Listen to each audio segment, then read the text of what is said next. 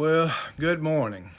Today I'd like to share with you from one of my favorite Psalms, Psalm 29.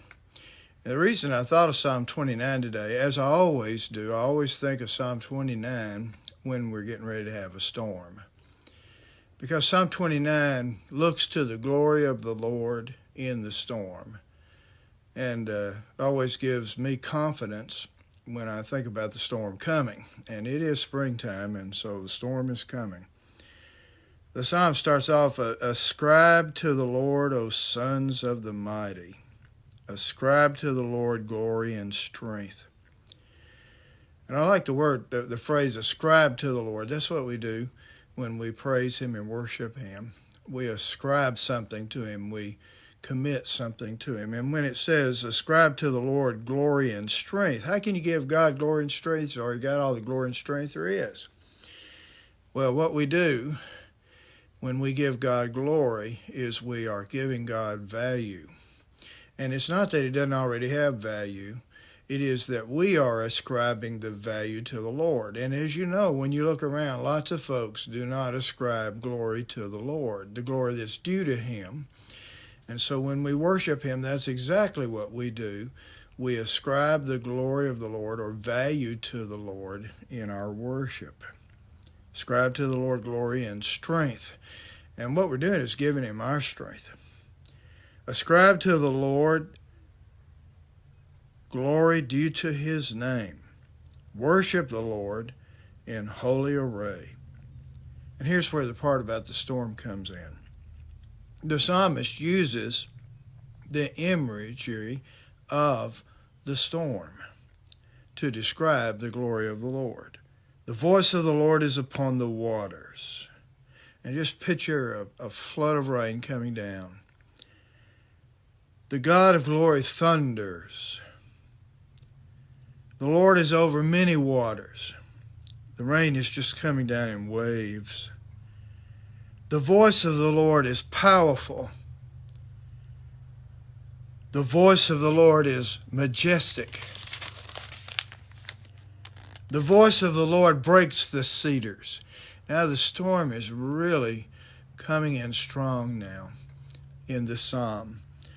And the lightning bolts are hitting the cedars, and the wind is breaking the cedars. The cedars are bending over, and some of them are breaking. Yes, the Lord breaks in pieces the cedars of Lebanon. And Lebanon, of course, is where the forests were back in that day, even where people took the long trek to get the timbers to build the temple. Sirion like a young wild ox. He makes Lebanon skip like a calf, and Sirion like a young wild ox. And the storm, as it rushes in, and the sheets of rain, and the thunder and lightning, and the wind bending the cedars, and the cedars breaking, the animals scatter. The voice of the Lord hews out flames of fire. Now we see the lightning for sure, as flashes are all across the sky. The voice of the Lord shakes the wilderness, and when you're in that thunderstorm, you often, when it thunders, you feel the ground rumble. The voice of the Lord shakes the wilderness. The voice of the Lord shakes the wilderness. The Lord shakes the wilderness of Kadesh. The voice of the Lord makes the deer to calf. Now this is a violent storm that has come up quickly, because now we see the picture as it focuses down on one animal in the middle of the forest, a pregnant deer. And she gives premature birth because of the storm and its frightening nature. The voice of the Lord makes the deer to calf and strips the forest bare. And in His temple, everything says, glory.